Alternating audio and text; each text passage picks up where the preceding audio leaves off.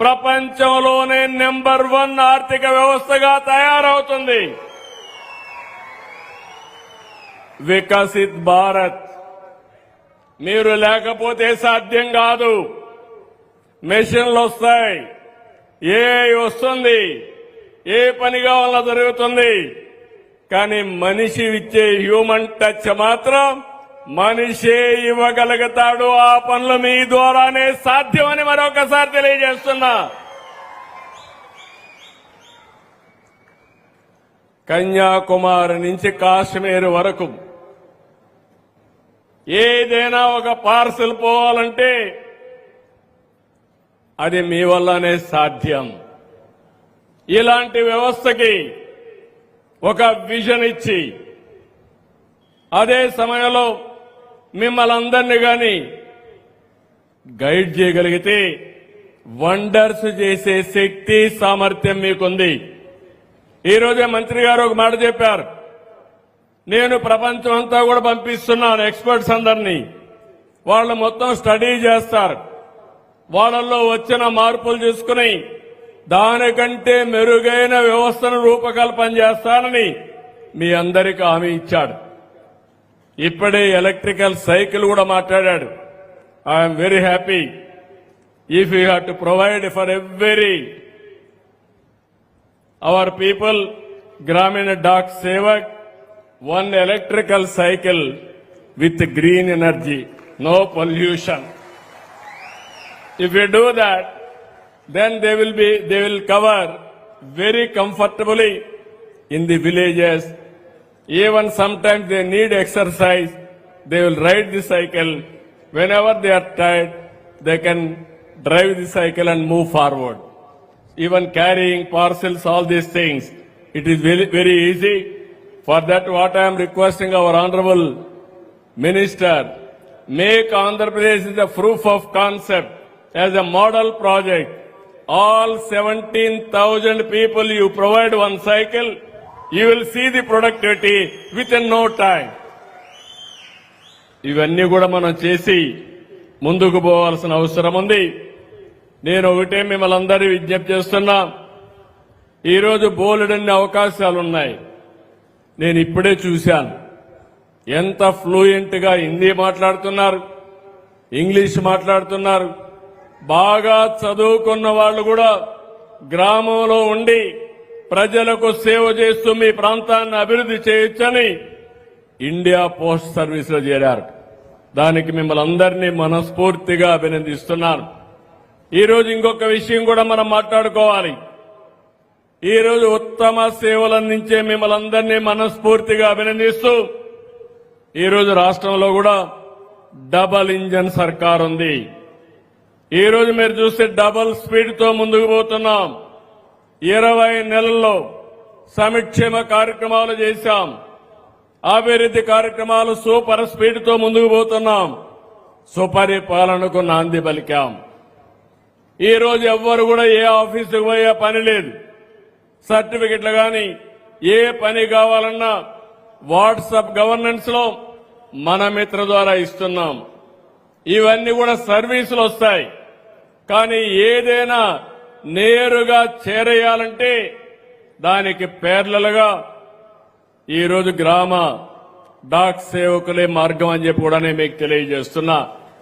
నేను మంత్రులు ఇద్దరిని కూడా రిక్వెస్ట్ చేస్తున్నాను. మీరు డ్రైవ్ చేయండి.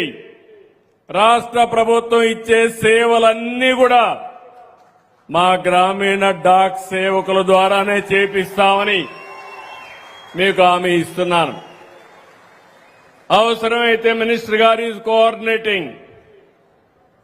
ఈరోజు రైలు గాని, ఎయిర్ గాని, బస్సుల్లో గాని ఎలాంటి పార్సల్స్ ఎక్కడికి పంపించాలో కన్సాలిడేషన్ చేయడం, టెక్నాలజీ ఇంటిగ్రేట్ చేయడం. ఈ 2 టెక్నాలజీ ఇంటిగ్రేట్ చేయగలిగితే చాలా వరకు మంచి ఫలితాలు వస్తాయి. అది కూడా చేయాల్సిందిగా వారిని కోరుకుంటున్నా. ఇక్కడ మీరందరూ ఉన్నారు. ఏది కూడా అసాధ్యం కాదు. అతి శక్తివంతమైన ఆర్గనైజేషన్ ఇండియా పోస్ట్. ఈ రోజు మీకు సరి అయిన గైడెన్స్ ఇచ్చి సరైన ప్రోత్సాహం ఇస్తే రాబోయే రోజుల్లో వికసిత్ భారత్ కి స్వర్ణాంధ్రప్రదేశ్ కి వెన్నెముకగా మీరుంటారని చెప్పి మరొక్కసారి విజ్ఞప్తి చేస్తున్నా. 20 నెలల్లో మీరు చూశారు కీలకమైన అమరావతి. మొన్నటి వరకు శ్మశానం అన్నారు, ఎడారన్నారు. ఇప్పుడు హామీ ఇస్తున్న దేవతల రాజధాని అమరావతి, ప్రజా రాజధాని అమరావతి, ప్రపంచం మెచ్చే రాజధాని అమరావతి. పోలవరం గోదావరిలో కలిపేశారు. ఈ రోజు మీరందరూ చూశారు పోలవరాన్ని పూర్తి చేసి నదుల అనుసంధానం చేసి ప్రతి ఒక్క ఎకరాకు నీళ్లు ఇస్తాం.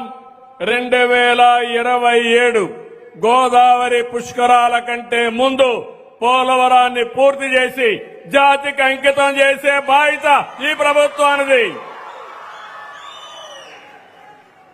విశాఖపట్నం స్టీల్ ప్లాంట్ మొన్నే మీరు చూశారు. విశాఖపట్నం స్టీల్ ప్లాంట్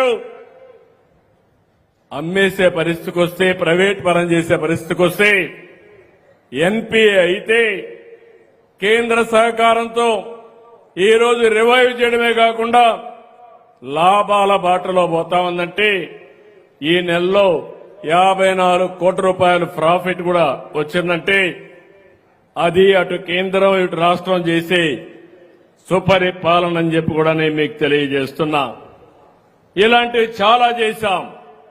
నేను ఒకటే ఈ కొండే మీరందరూ గుర్తుపెట్టుకోవాలి. కేంద్రం చేసే మంచి పనుల్ని ప్రజల్లోకి తీసుకెళ్లాలి.